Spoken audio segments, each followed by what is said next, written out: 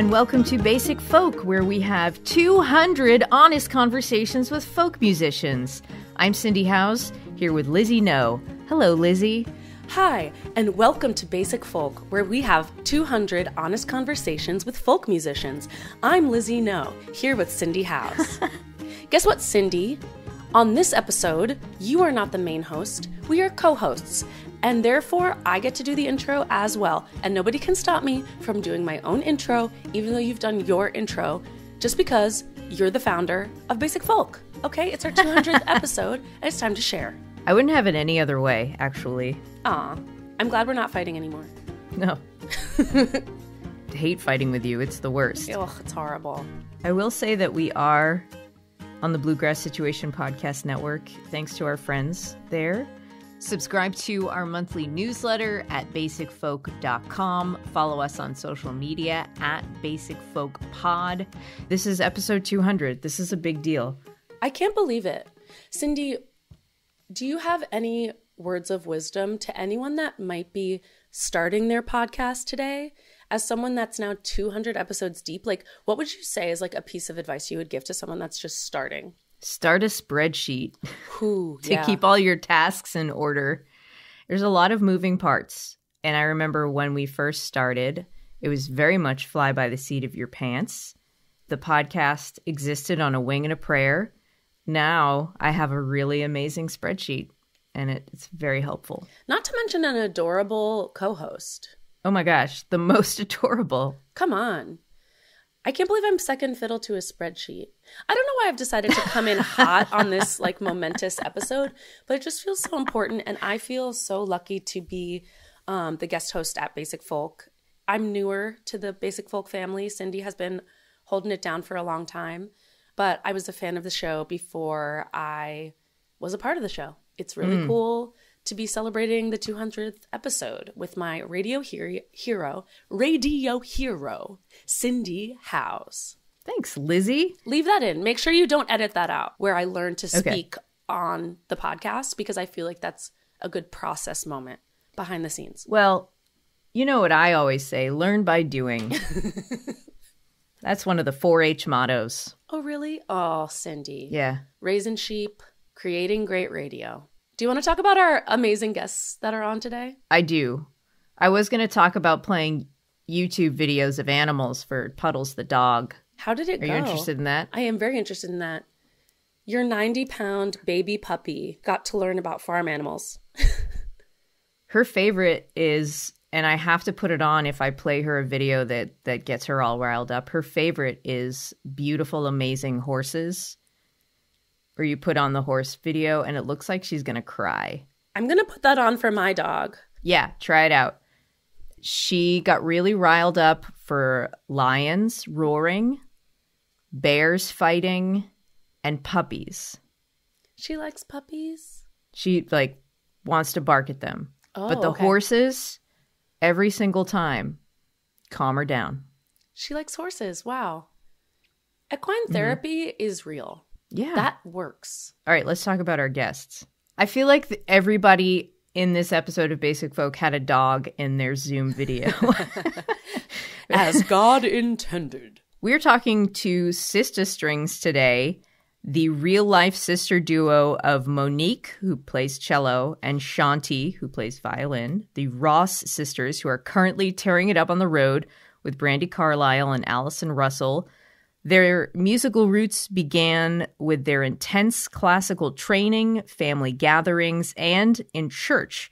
All 5 of their siblings played music, toured around with their minister parents, and even had their own family band, Sisters of Praise, with their older sisters. After Chuantee was done with college, she and Monique teamed up again and ventured out into the Milwaukee music scene, where they cut their teeth and tried their hand at all sorts of different styles: hip-hop, jam bands, electronic music, and singer-songwriters. That's where they teamed up with kindred Peter Mulvey, who they started performing with in 2016. SistaStrings officially made the move to Nashville in the summer of 2021. Once there, they started playing gigs with Allison Russell. Monique's encounter with Brandi Carlile at the Newport Folk Festival led them to both touring with Brandi's band. And in our conversation, we talked to Monique and Chuantee about being romantic string players, thanks to their classical background, which also gave them a very thick skin. They also talk about the decision to pursue a musical path into the folk and Americana world, which is notoriously a white space. Spoiler alert, it wasn't an easy decision, but it's actually one that they haven't come to regret. This is a really fun conversation with Monique and Chuantee. I think when you listen to it, you will notice that we could have talked to them all day long. And make sure you listen all the way to the end. I'm sure you listen to the end of every Basic Folk episode, but especially this one, because our lightning round was extremely fun. We played a new game called Which Sister? We're going to listen to a song from their EP they put out a few years ago. Lizzie, do you want to cue this one up for us? We are going to listen to SistaStrings' rendition of Lift Every Voice and Sing. It's the Black National Anthem. It means a lot to me. It means a lot to a lot of people. And it was an honor to hear them talk about how they approached this powerful, really important and gorgeous song. So this is Lift Every Voice and Sing.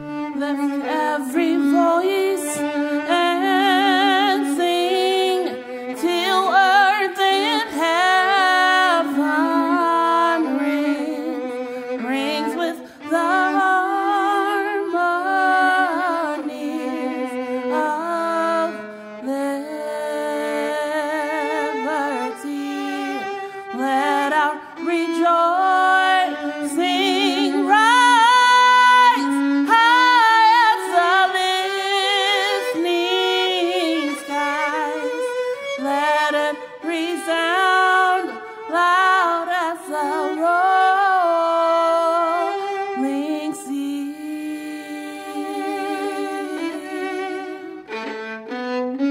Sing a song full of the faith that the dark past has taught us. Sing a song full of the hope that the present has brought us. Facing the rising sun of a new day begun.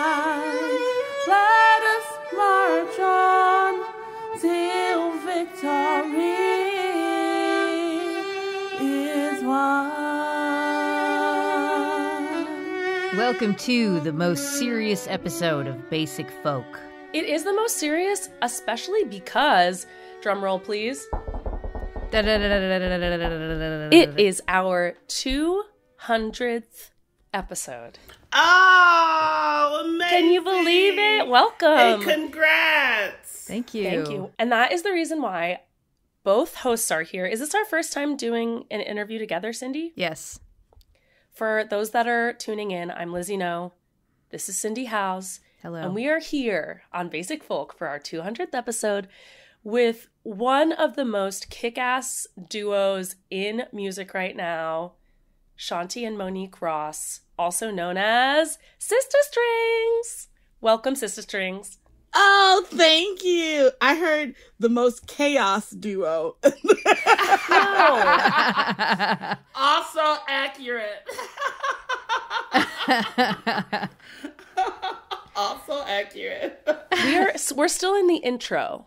I'm still sort of buttering you up to like dig into the secrets of your life. I receive. Only later in the episode am I going to start insulting you. Perfect. Beautiful. Telling Ready jokes, telling lies. Let's dig into these serious, deep questions that we have Yeah, for I would love SistaStrings. to. Okay.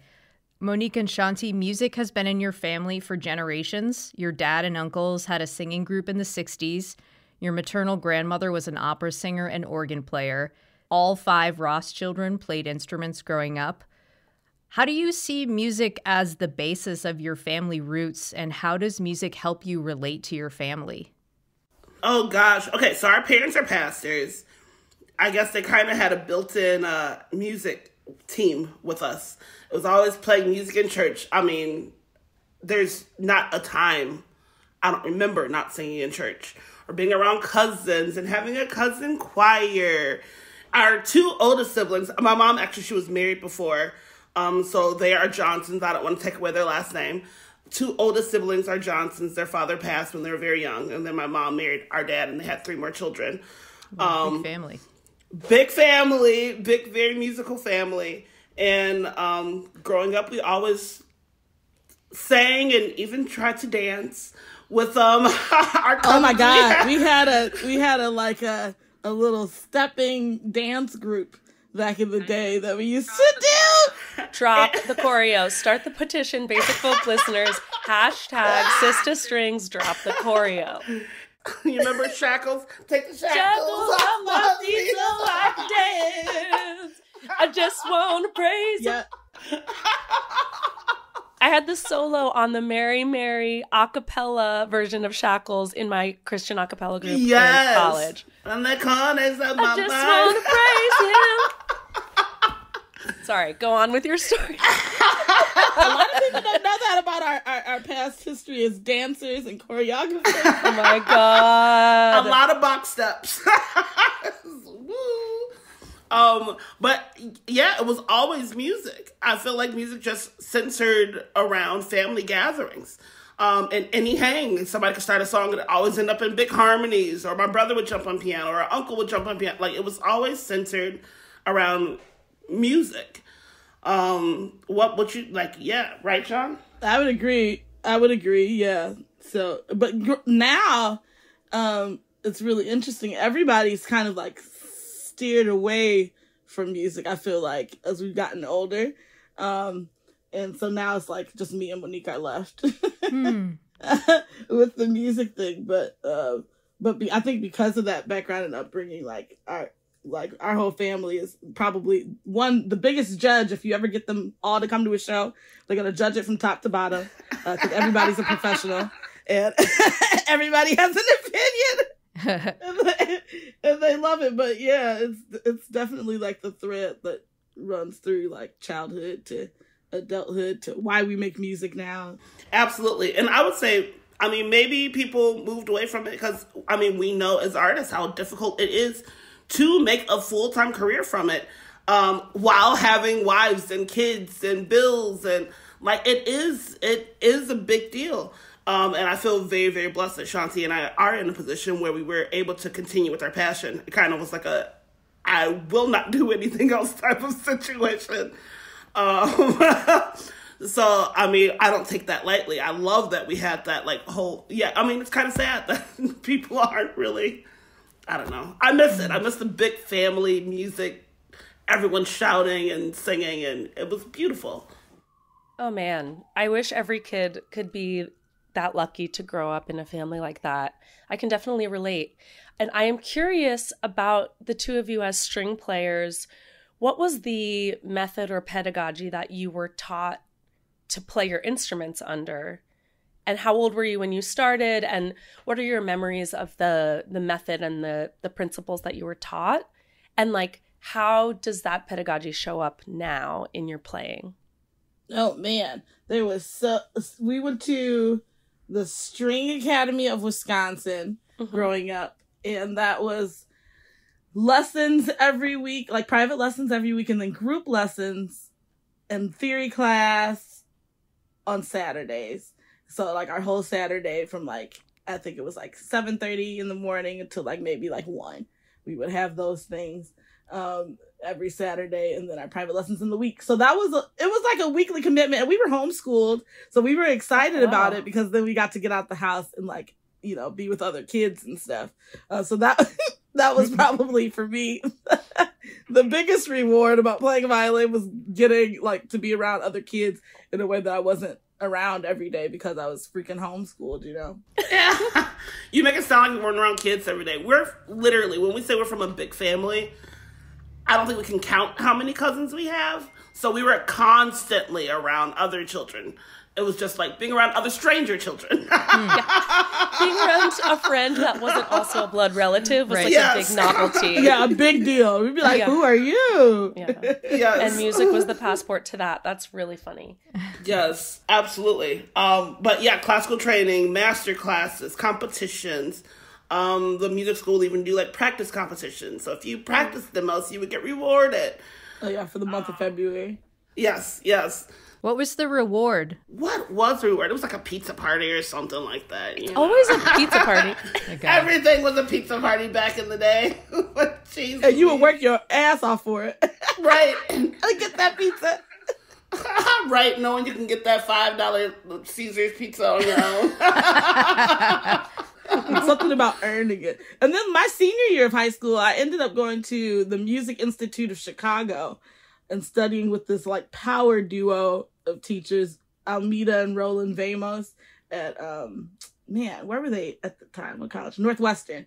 Mm-hmm. And they just had this insane studio of like prodigy children. Not to say that I was one. I really was probably like the worst of their students. And I was like pretty good, you know? Like Cindy, do we believe her? Do we believe her for a second that she wasn't a prodigy and that she was the worst of them? Do we believe her? I have my doubts. Believe it. Believe it. I would.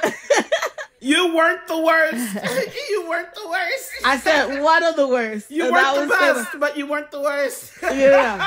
I remember my teacher told me, I was 17 and I played like a piece and she was like, you sound like a talented 12-year-old. Like, and I was like, oh.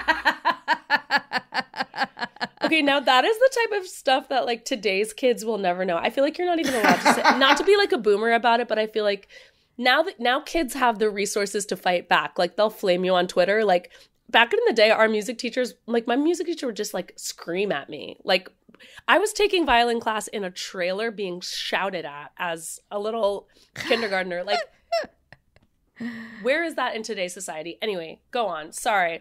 I feel like it's still in the classical music world. Yes. I mean, how else can you become a brilliant classical musician without being beaten?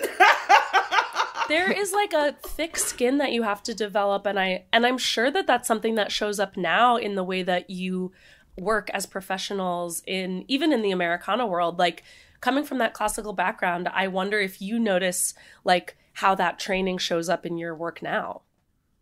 Well, it does. Like, well, basically that tough skin really is like there. Like one, I just stopped taking a long time ago, stopped taking any critique or words about like any music or how we're making music personally, especially if it's not like my project. If it's not like a SistaStrings or Shanti Ross project, if somebody else is telling me something, how to play it, that's totally fine. Is it serving the music? Is it serving the purpose of what we're doing? Like, let's do that. Fine. Even if I would rather go, you know, all over the place.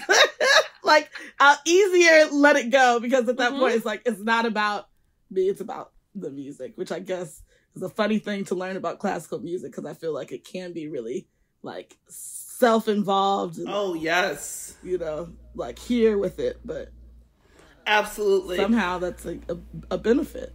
Yeah, I would say not even just a tough skin, but also, like, learning music quickly and memorizing it and like things like that were huge benefits that I directly attest to the classical training, because like you memorize this, you have to learn, we're performing this and blah blah blah however long, you know, and having the discipline of that for years completely has carried over into music career, you know, because how else are you going to learn things when they give you a song the night before? You're like, all right, gotta turn up tomorrow and perform it in front of people.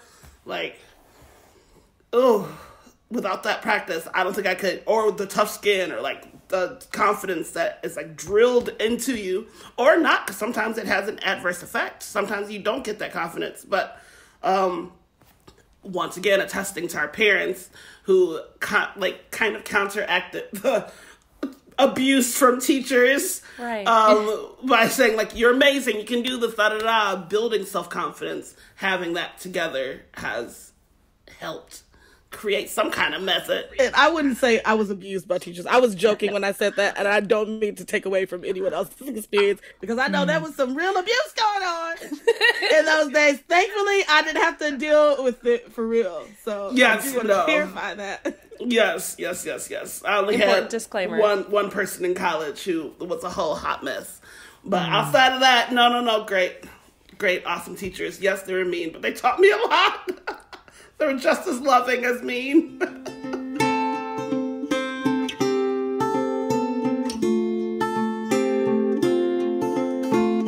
Thinking about your parents, they're both ministers, but they travel around a lot and you traveled with them. Do you still feel that there's a spiritual or religious aspect to your music?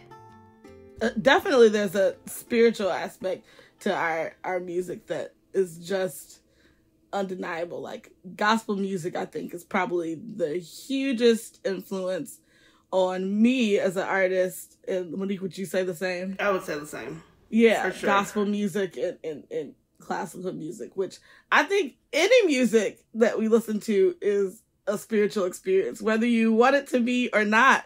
It really can alter a space and just like the mood and the energy.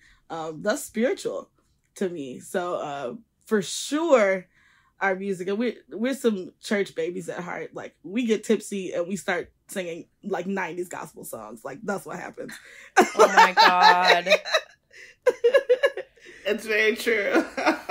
Like, as far as like how we have been like writing lately and the songs that are coming out, yeah, it's kind of like telling on that spiritual journey of sorts, which is like ever going. I still can't figure it out. I wouldn't say religious as much, because being raised in the church, I have like a little side eye towards just religion for religion's sake, you know, and like especially how it can exclude rather than embrace.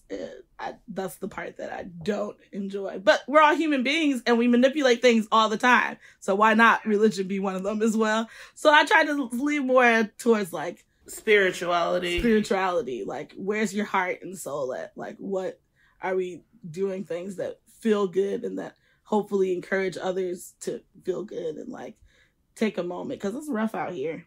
It really is. Yeah, I love hearing about the motivation behind the music and that you guys are like gospel music nerds, because you really do hear that overflowing warmth and an invitation to reflect when you're listening to your guys' music, whether it's for your own project or collaborating with someone else. It does feel like there's another level and another layer. It's not just playing the notes. It's about calling people together. So I really appreciate your like opening up about some of the spiritual side of it. Now I have a hard-hitting question. What is the hardest part of being in a family band? What's the best part? And then, especially for Monique as a parent, can you answer from that perspective? Like, you're not just SistaStrings, you're a mom as well. Mm-hmm. Mm-hmm. How has that changed how you show up in your life as a musician? Oh my. Well, okay. The hardest part of being in a family band as kids, because as sisters, we had our string quartet. We were Sisters of Praise with a big old Z in the middle. But the hardest part was learning how to respect each other musically, which I think was a good thing for us, but also was a challenge, because Chuantee, first of all, she was our first violinist and she was the youngest. And then I was on cello, so couldn't nobody tell me nothing because y'all don't even know anything about my instrument.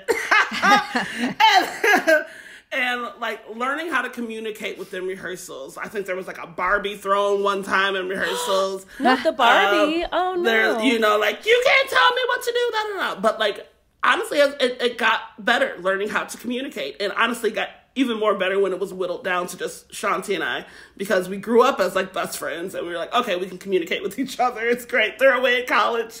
Now it's us. Let's do this. As far as honestly doing music with Chuantee and after having Braylon was really great. And the biggest challenge was this past year, because after moving, I mean, we've never toured like this before.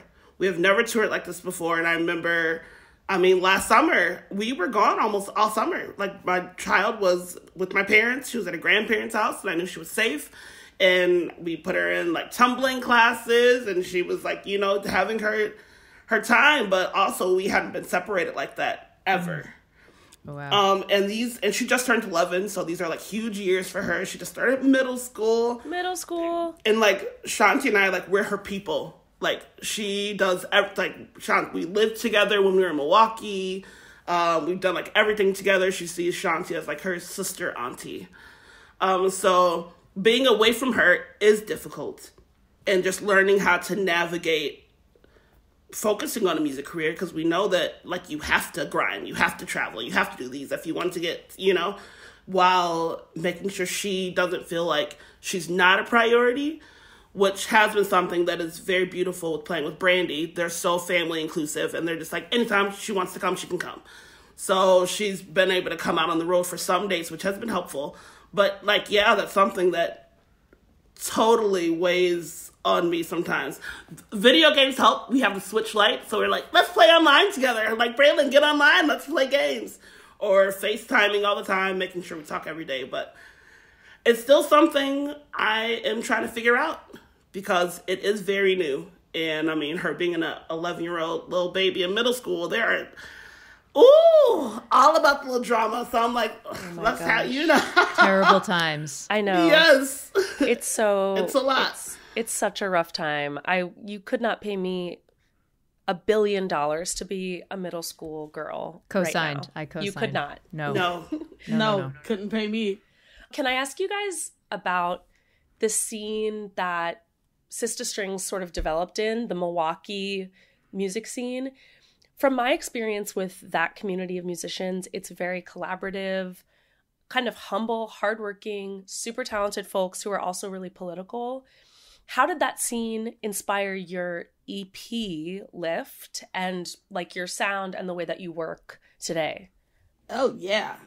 Hella. That whole EP was a collaborative project from just it even existing. But yeah, I would agree with all those things you said about the Milwaukee scene that we kind of grew up in, because I think it was 2014 when I graduated college and moved back to Milwaukee from Ann Arbor.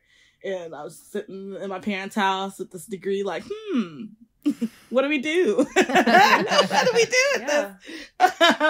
And so Monique and I started playing at SistaStrings, but as our parents, like we had mentioned before, are ministers, but they also were like very strict. So imagine like loving but strict parents.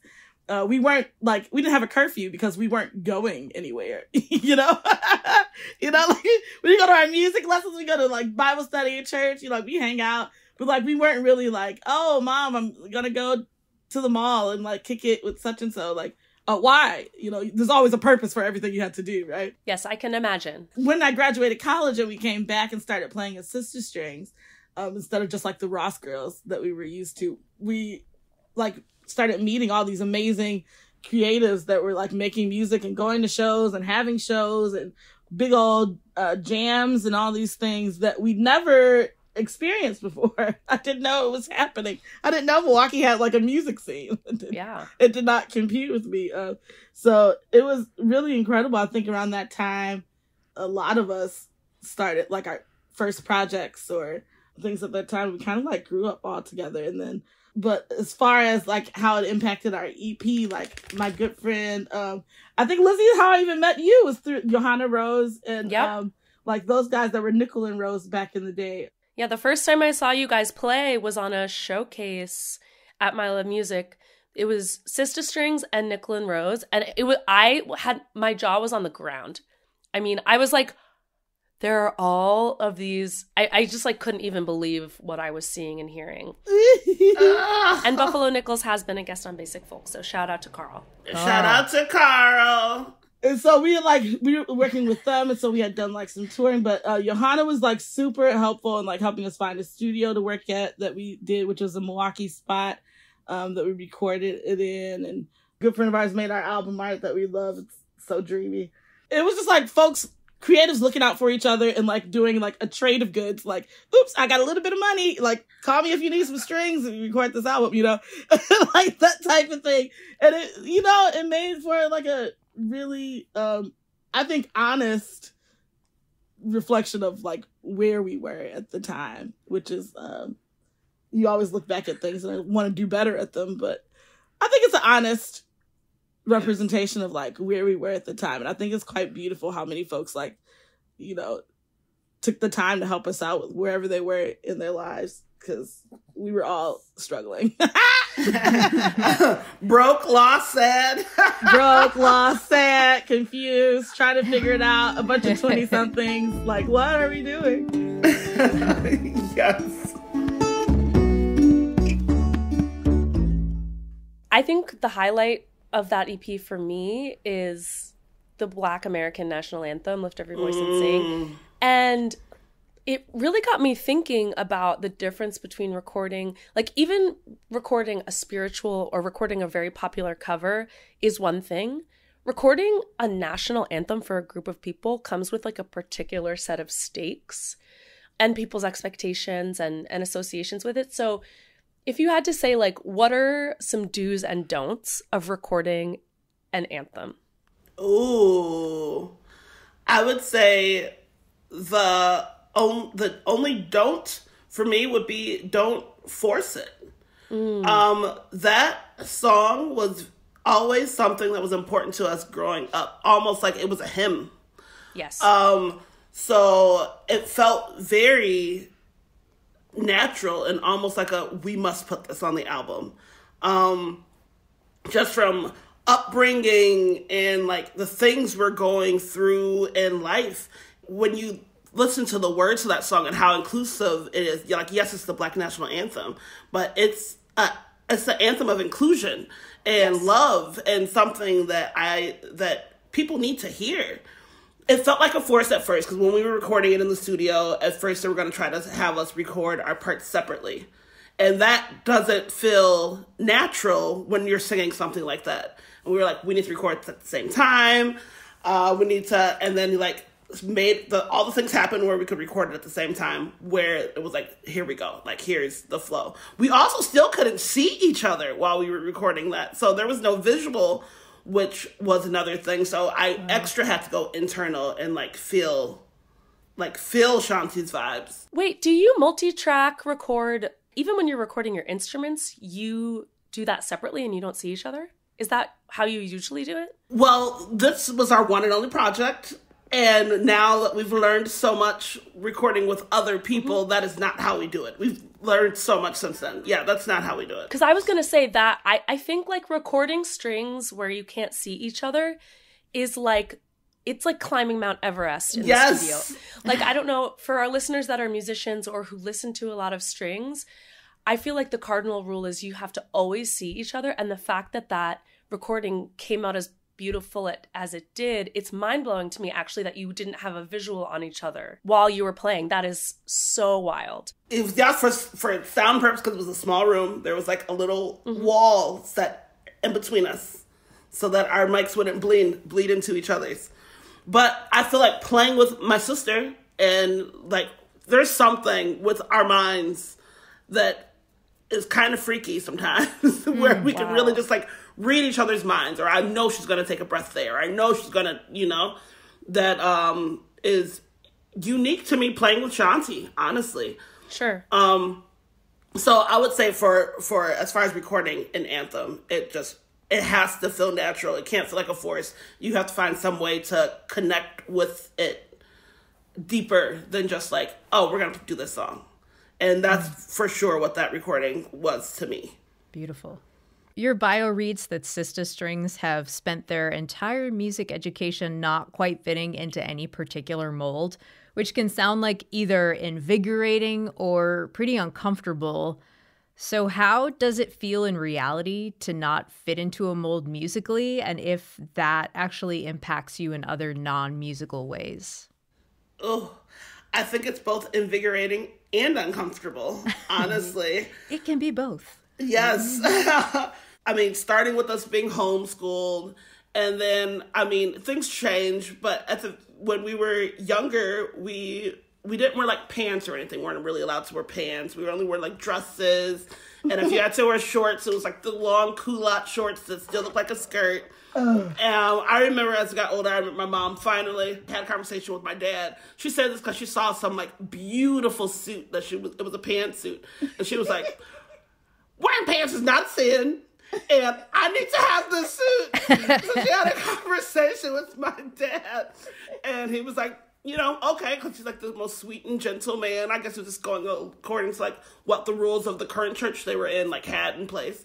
And he was just like, yeah, like absolutely. So that switched up. But people would always ask us, like, I had the long winter coats. Like, are you guys, like, what religion are you guys? Or like, are you guys part of a cult or stuff like that? And they're like, no, our parents just want us to look really, really like ladylike and dainty. So it was a lot of, you know, other and that. And then when we did go to school, we went to like a private Christian school and music school for a classical music training. We were like always some of the only Black kids. And then when we started joining the music industry in Milwaukee, we were some of the only women. And it was just like always other.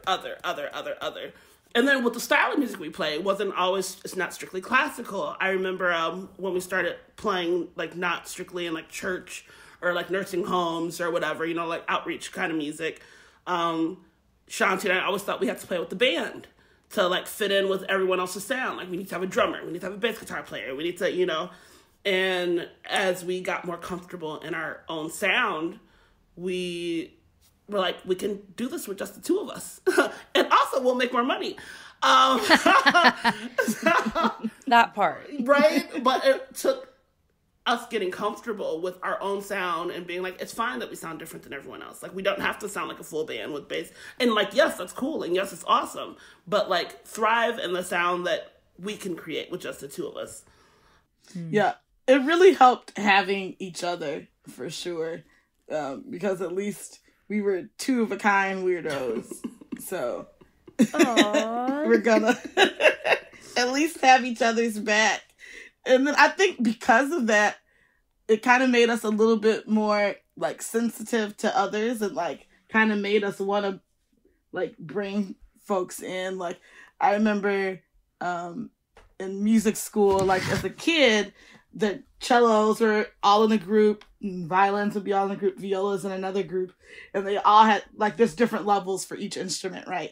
But, so Monique and I were at, like, the highest group of cello and violin, each with our own groups, and they don't speak to each other at concerts and stuff, right? Mm-hmm. Like, we're all sitting in the same green room, but everyone, like, violins are on the side, cellos on the other side, but, like, me and Monique were like, come on, guys! And, like, integrate, and then all of a sudden we're too loud in the green room because everyone's having a great time and we're all being friends. And doesn't our music sound that much better because we like each other and we're speaking and we're being nice and you're learning something about the next person, and now you can look across the room when you're playing music and play together instead of being like so internalized and just like fearful and so I think like having each other made us stronger for sure. Yeah. And also like it helped us try to be like spread that like love to other folks, because it's like it sucks to feel like you're all alone, and you're gonna feel that way most of the time anyway. So whatever.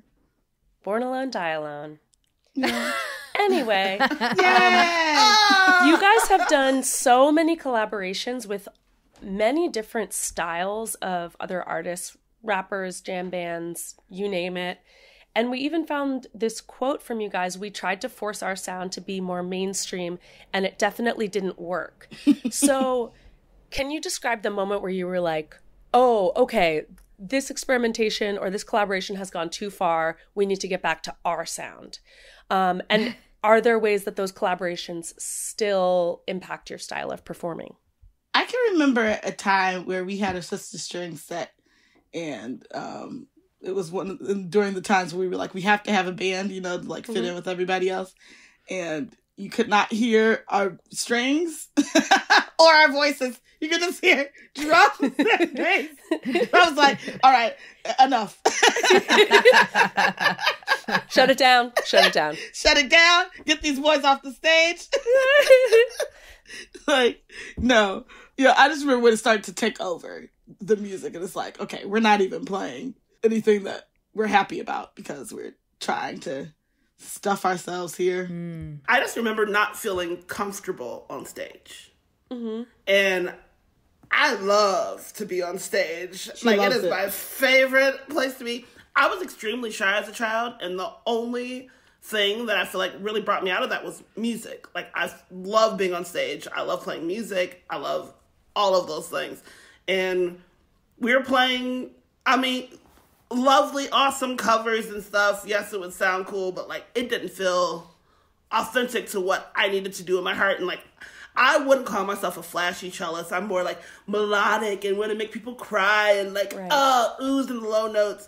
And there's like all this like flash, like, and I was just like not comfortable or being able to express myself on stage. And I feel like it was right around that same time. And Chuantee's like, we're not being heard. And I'm like, I don't feel like me. Something's got to change. We've got to figure this out. And we're still figuring it out, but I think we're much closer. Chuantee has said, our style is soulful and kind of romantic. The tone is super lush, which 100% I agree. It's like very romantic. So where did the romantic element come into your playing, and how are you each a romantic player? We watched too many rom-coms. No, I don't. Jeez, I don't know. How did the romanticism come into? I'd say classical music, all that lush orchestral writing, the Brahms, the Ravel, late Beethoven, the violin. I am a Ravel concertos hoe. I'm here to say. I was just talking about this earlier. My boyfriend was like, when you're listening to classical music in our house, are you listening to like a particular playlist? Like, how do you choose? And I was like, I just start with Ravel and sort of dream off from there. Yes. Yes, honey. Because I'm soft.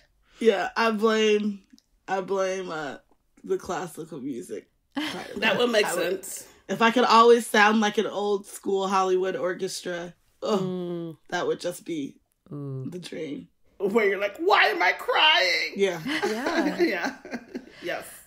It's so before I ask this question, I want you guys to know that we are a pro Peter Mulvey podcast. I have him tattooed on my wrist. Woohoo! We love him. I'm screaming. We love Peter. It seems like when you met Peter, who is a fellow Milwaukee musician, I think in 2016 is when you met and started playing, things started falling into place in terms of finding your place in music as like a purpose, music as a career. Peter is like a songwriter. He tells stories with his songs. He's also a romantic. And I feel like he was like the ideal musical partner for SistaStrings. What was the process like for you both when it came to finding your way into Peter's songs? He was just on the podcast this past summer and told the origin story. And then also, what about performing with Peter felt different to prior collaborations that might not have worked? Can you say the first part one more time? What was the process like for you both when it came to finding your way? Not like the actual story of finding your way, but sort of like jamming your stuff into his stuff. Yes. Like you said, Peter is a storyteller. And the first time we heard Peter play, was it Sheboygan. Sheboygan. I was going to say Kenosha, and I was like, wrong Wisconsin spot. We were in Sheboygan, and he was playing Are You Listening? And Chuantee and I were sitting at a table by ourselves, and I was just like, she was like, girl, you crying? And I was like, yes. But it was just like music that like spoke to me, you know? And like, I didn't know this man from anywhere. I was like, who is this white man? But it was such a beautiful song. And then later we played with him. We had one rehearsal like the same day before we played in the park, and like it felt like music that we wanted to play. And like Peter is always for letting us express ourselves. He's never just like play this, or it all is very, very collaborative.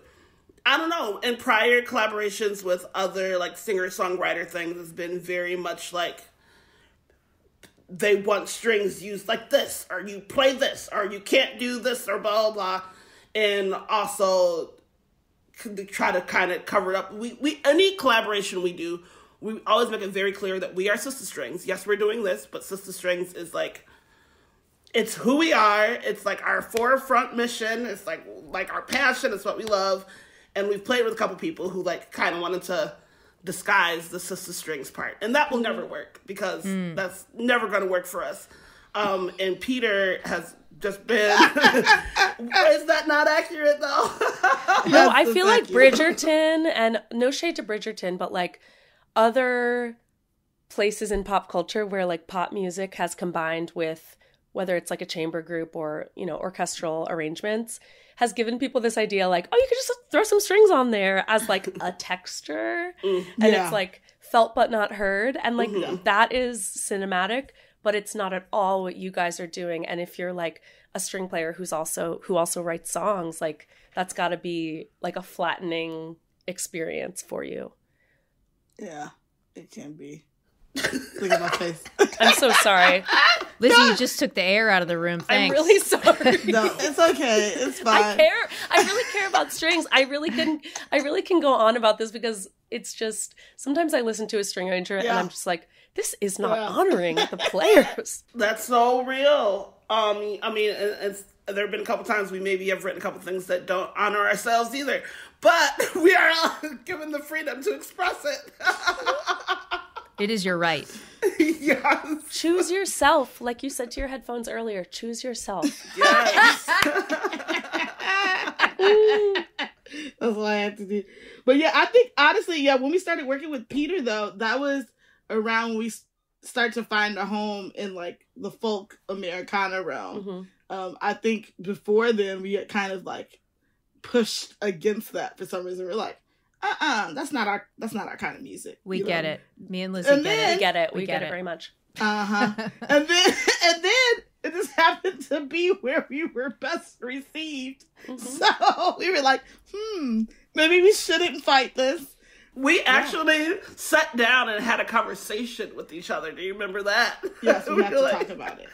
Yeah. We have to talk about it because then there's also being Black women too in a space where there have been more Black women in front of us before, right? But what are their names, right? Are we saying them? Do we know them? It's kind of like erased. So we're like, do we want to like know that if we're doing this, we're also taking on another aspect of like being I don't want to say ambassadors, but like the extra work that it takes to educate our audiences in a way that looks different when I'm playing on the north side of Milwaukee at like a majority all Black club, you know, or something like that. So we had to like sit down and be like, is this something that we actually want to take on while we're also like playing our music? And then it was just undeniable that like just the topics of the songs we were writing or the songs we were covering that was like part of our mission as well. But like the train had already left the station. We were trying to be like, come back. We want to go over there. I wanted to be on the plane instead. But it's been a beautiful thing. We've met some incredible artists and songwriters and things that we, you know, would have never met or encountered otherwise. And it's helped expand my like musical appreciation as well, which is like all we want to encourage folks to do anyway. So it worked out beautifully. Well, I have another follow-up question sort of inspired by Peter, which is that when he first saw you perform at his brother's church, he said they announce themselves the minute they start making music. And we feel like you announce yourselves the minute you walk on stage with your beautiful, colorful hair, your clothes, your accessories, alongside these classical instruments. And like you've already spoken to how there is kind of a contrast between what people expect from classical music and the way you present yourselves, and just being a Black woman, you know, in your own life. So with all that in mind and all of the expectations that come with it, what is your ideal stage outfit? Ooh. So comfort is key. Comfortable. Yes, comfort is key. But something that's like bright or like patterned, something that's going to make a freaking impact. Because impactful clothes are fun clothes. Okay. Hey, that was my answer. You can have your own answer. Sis. I'm sorry, ma'am. I'm so sorry, ma'am. Sorry to you. Yes, sorry to this man. I like when you see somebody on stage and like you remember what they were wearing because their outfit was super fly. Yeah. You know? Yeah. I mean, outfits are, I always like, sometimes I'll try on an outfit and Monique will be like, oh, that's cute. I think you look great. But if I don't feel good in it, I'm not going to wear it. It's all about comfort and like being comfortable, because then you feel confident and that's going to exude through how you play. So for me, it's got to be something cool because I sweat a lot when I play. So I need something that's not going to be showing all my stains.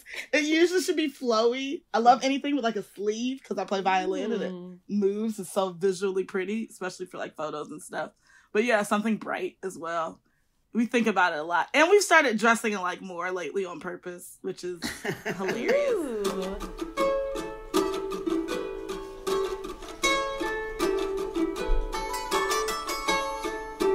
Can you tell me about working with Allison Russell? Not even just like, what a superstar, basic folk all-star. Mm-hmm. What is how does she lead a band? Like, what's your arrangement process? What's your rehearsal process like? And how do you guys, as the Rainbow Coalition of the Loving, kind of infuse your values and priorities into the process of making music together? Oh, yeah. I would say the arranging aspect is very collaborative. Mm-hmm. It's kind of everyone brings something to the table and then you adjust from there. Mm-hmm. It's also not like, you play this, you play this. It's like, here's the song, I'm going to play for you the song. Now what can you bring to this song? Mm-hmm. Which is awesome because the people who are surrounded in that coalition all have something freaking beautiful to say. And a lot of times, sometimes it'll change the like initial vibe or something. Yeah, because like Outside Child, that album, from how it was recorded to how we toured it all this year or all last year, totally different. Sounds completely different, you know? Yes. Yeah, or even Meg Coleman just now in Mexico when they did Night Flyer, like the second half of the song, she started doing some drums, something where I was like, whoa, Coleman just changed the whole song, you know? So I feel like it's very much so each artist bringing with them their what they have to build something that's freaking beautiful. Yeah, Allison really trusts the musicians that she works with. It's very clear. She's just like, the songs are there. She's like, but they're ours, you know? Which is a really beautiful way to approach music, because I'd be like, I had it in my head. It was going to go this way. Try it. Just try it. We're both. It's also kind of scary. Like, that sounds like a scary gig to me, because it also requires that you come with a level of like vulnerability as a musician. Like, when I'm hired to play in someone else's band, I love to be told what to do. Just show up, pluckety boo boo. And it's very different when you're being asked to arrange and offer your own ideas and offer a little bit of yourself. Yeah, that is true. And I agree with you. There's a lot of times where like I show up in this comfort and just knowing that like, okay, I have a sheet music. I'm just going to come there and just play that and like be done with it. But I think that like, and then I also can get on the other side offended when someone's just like, I want you to come do this thing, but like, it's all open. It's whatever up to you. Then I'm like, well, now you just put all the work on me. And now am I going to get an arranging fee? Am I going to get this? And I'm going to that, you know? Yes. But like, as you should. Yeah, and as you should. I think like the way that Allison operates in her band is totally unique from anything I've ever seen or worked with folks before, where it's not either one of those things, you know? It just becomes, I don't know. It makes you more attached to the songs. I was going to say, you become a part of the music. But also because there's so many people there, you definitely aren't doing like the heavy lifting of yourself. Like we've had the beautiful Larissa Maestro is the other string player in Allison's band, and she writes incredible string parts. So like sometimes it's just like coming in and just doing what Larissa says. That's great. Yes. That is great. She's a genius. That's my genius wifey, boo. Hi, Larissa. Love you. Love you, Rissa. All right, we got a couple more questions, and then we have a very special SistaStrings episode 200 lightning round to get to. You've got a lot of great gigs going on right now. The two huge ones we've talked about, Brandi Carlile and Allison Russell. Y'all moved to Nashville in the summer of 2021. Is that accurate? That is okay.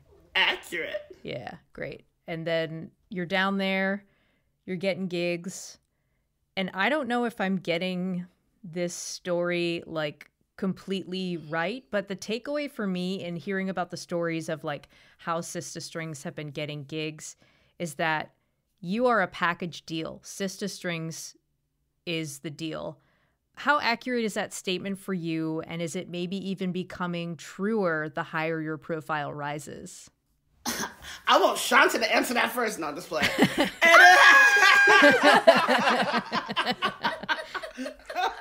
Think very carefully about your next words.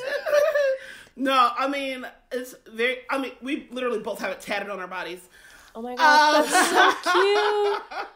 But I would say are very much so a package deal. Even when I mean, not to say we could never do anything on our own or have a solo something, even who knows. But SistaStrings is a thing that is literally passion, project, best friend, sister, make music together, all of that.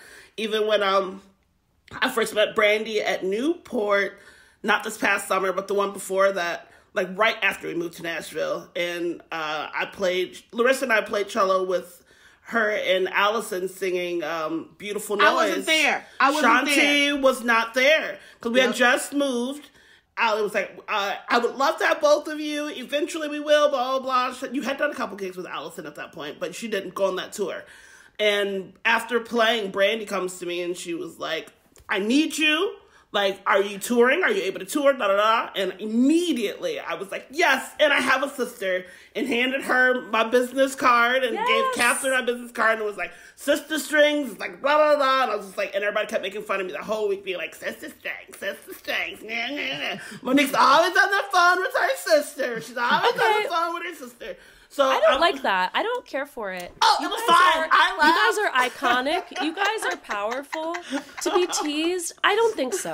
You can give me those people's names and I will find them. I don't think so. Thanks, Lizzie. I love that. But I was fine with it because I'm like, it's going to be completely fine. And guess what? You guys are going to meet Chuantee and now they adore her, you know? But I'm like, there was no way that job could have happened. There's no way I could have joined Brandi Carlile's tour and Chuantee not have come too, you know? So it was like from the jump, immediately, it was like, it would be unconscionable. Can you imagine, though, how many times Brandi Carlile has approached someone and been like, I need you to do this thing for me. And they're like, I also have this sister. And then actually have it work out. Yeah. Well, it's because these two have the goods. Yeah. Oh, of course. Okay, I have one final hard-hitting question, and I need complete honesty on this. Okay? Okay, I'll stop lying starting now. Okay. Stop the lies. When can we expect a SistaStrings cover of the theme song from the 90s sitcom Sister Sister? Sister,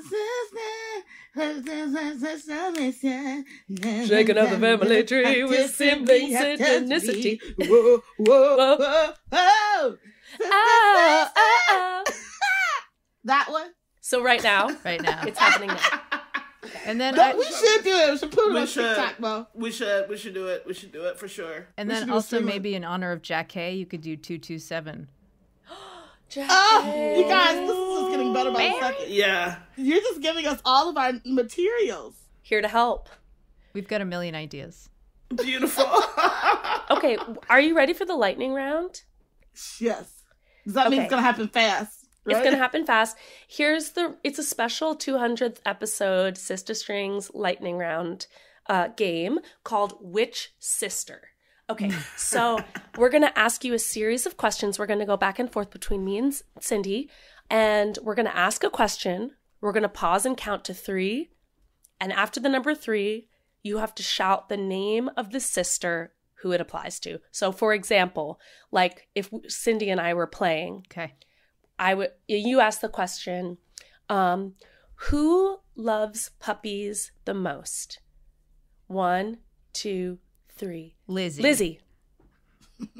Got it? So you can say your own name, or you can say your sister's name, depending on, and we'll see if you guys agree. Okay, yes. Okay, here we go. Which sister is the better driver? 1, 2, 3. Monique. Monique, be serious. I think I'm the better driver, but you drive more. You take more risk. I'm the better driver. She drives more. I just think you take more risk than I do. We want headlines only. do. We don't care for details here. We just We want don't care for headlines. details. It's a lightning round. Okay, I'm sorry. Stay on task, SistaStrings. Which sister always eats her vegetables? One, two, three. Monique.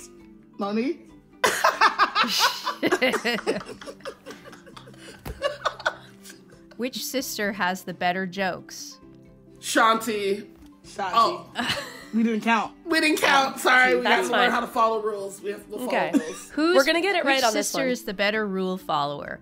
One, One, two, three. Monique. Which sister is more likely to run for office? One, two, three. Monique. Chuantee. Ooh. What? I was never in any school things. I only did it because I was a rule follower and I had to get into a good college, you know? I feel like we all know the answer to this one. Which sister is always late? One, Two, three. Chuantee. And that's that on that. Which sister is more sporty? One, two, three. Fashion-wise, Zero. Monique. Literally, neither one of us. Great, love that for you. Sports be damned. Which sister is a better liar? One, two, three.